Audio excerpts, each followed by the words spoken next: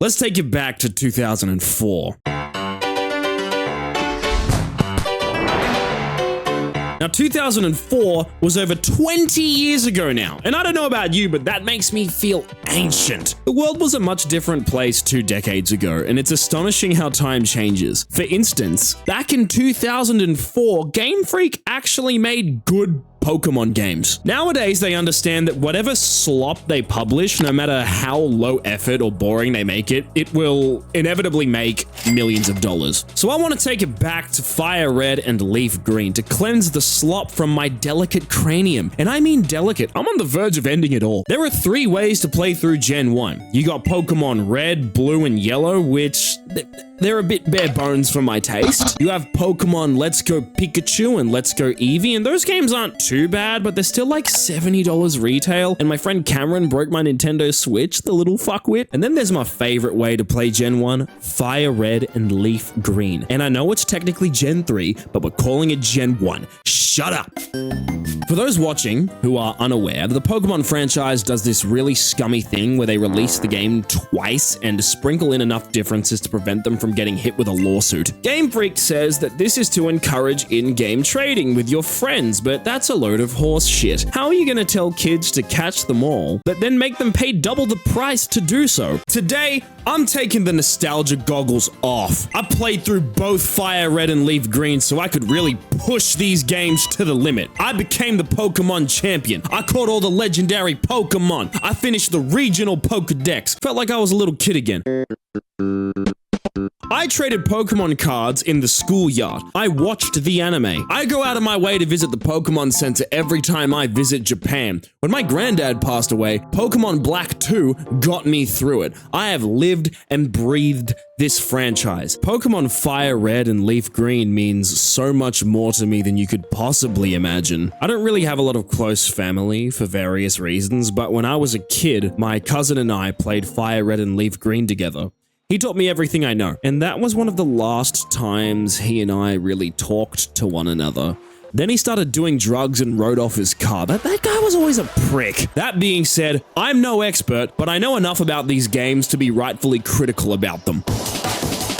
It's really hard for me to describe the difficulty of Pokemon FireRed and LeafGreen. On the one hand, it's a Pokemon game, and Pokemon games are made for children. Kind of hard to market a game like this to adults in 2004. Because of this, the games are fundamentally easier to play than most other turn-based RPGs. However, Pokemon FireRed and LeafGreen are egregiously difficult. What? Now hold on, let me finish, alright? Just let me fucking talk for a second. I know you're hovering over the dislike button, but just let me talk, okay? If you're a child trying to get into the Pokemon franchise and you have absolutely no idea what you're doing, then odds are you're not gonna have a very good time. There's so much to know about these games, it's not even funny. Type matchups, movesets, team composition. Everyone likes to hate on the later titles for being too handholdy, but can you blame them? At the very beginning of the game, it prefaces that you need to leave no stone unturned. Trial and error, baby, let's go. There was no handholding back when these games were released, and the internet was barely a fucking thing, so you had to genuinely raw dog these games with no guide. I like going into the various different houses and buildings and talking to everybody in there, because I'm a completionist at heart, but when your entire fucking game relies on you doing this, that's not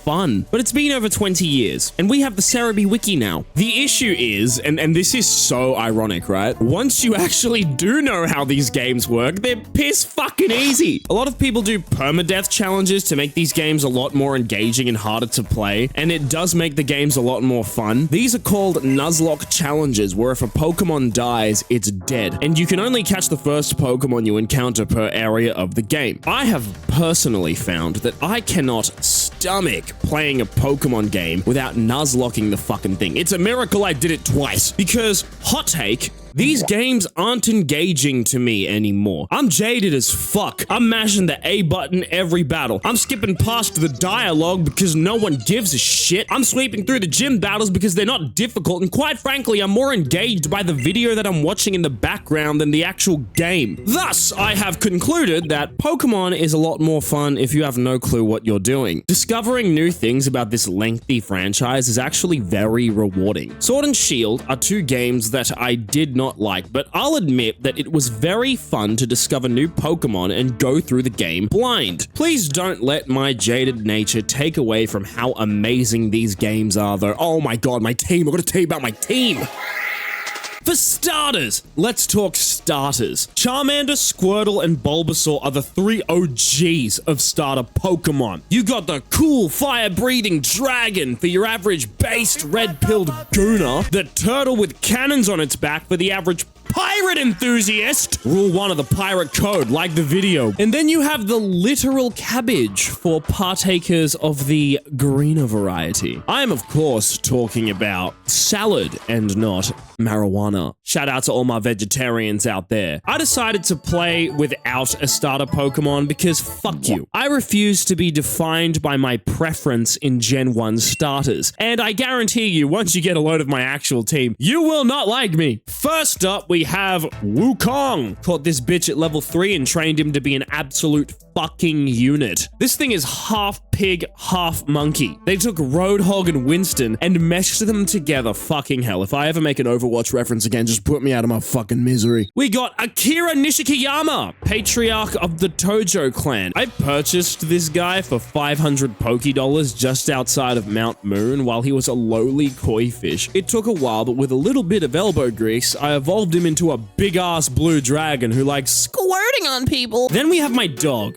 Chica. She likes playing with her sticks and getting pats. Make sure not to pat her for too long though, otherwise she'll burn your fucking hand off. We got Gilgamesh. As an Australian, it would be a crime if I didn't put the kangaroo Pokemon on my team. And she's the most powerful one of them all. Not a joke, because when she's not crushing every other Pokemon she sees limb from limb, she's a single mother to her baby boy Tyrell. Nicki Minaj, ice cold baddie. Whenever we're out on the trail after a hard day of walking to the next city, we make a little bit of cash on the side by having her busk in the street for us. She sings all the classics, Super Bass, Starships, Anaconda, because yes, even in Pokemon, I will find a way to add a bard to the party. Finally, we have the exalted, the all-powerful, the one, the only, Cock Big 19. Now look, I know it's a bit cheap to use legendary Pokemon, but I couldn't help it. I'll always have a soft spot for this big motherfucker. Look at him! He's so fucking cute. I just want to squeeze his little deadly cheeks and give him a cookie. Now, obviously, any avid Pokemon player is going to take one look at this team and think to themselves, what the fuck? I will admit, strategically, this team is dog shit, but to that,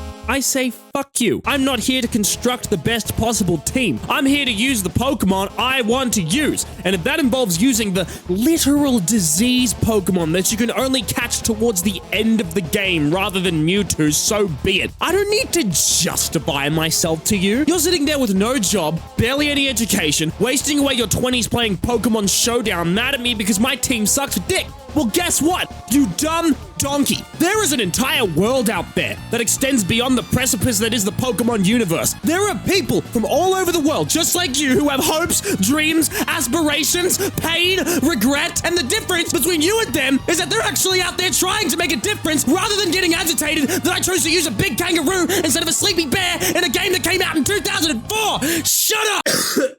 Look, I don't want this video to go on for too much longer. I did write a lot more about these games, but I feel that the criticisms I had were of the franchise in general, rather than FireRed and LeafGreen as standalone games. If you want to see me review the entire franchise, holler at your boy in the comments below, but I'm gonna leave it at this. The games are good. They might be a little rough around the edges, they might have way too many poison types, they might have gym battles that are way too easy, and if you're looking to go on a Pokemon journey, I can't recommend that you start with this game. You should start with a game that takes all of the things that are great about Pokemon and delivers so much more. Like Pal World.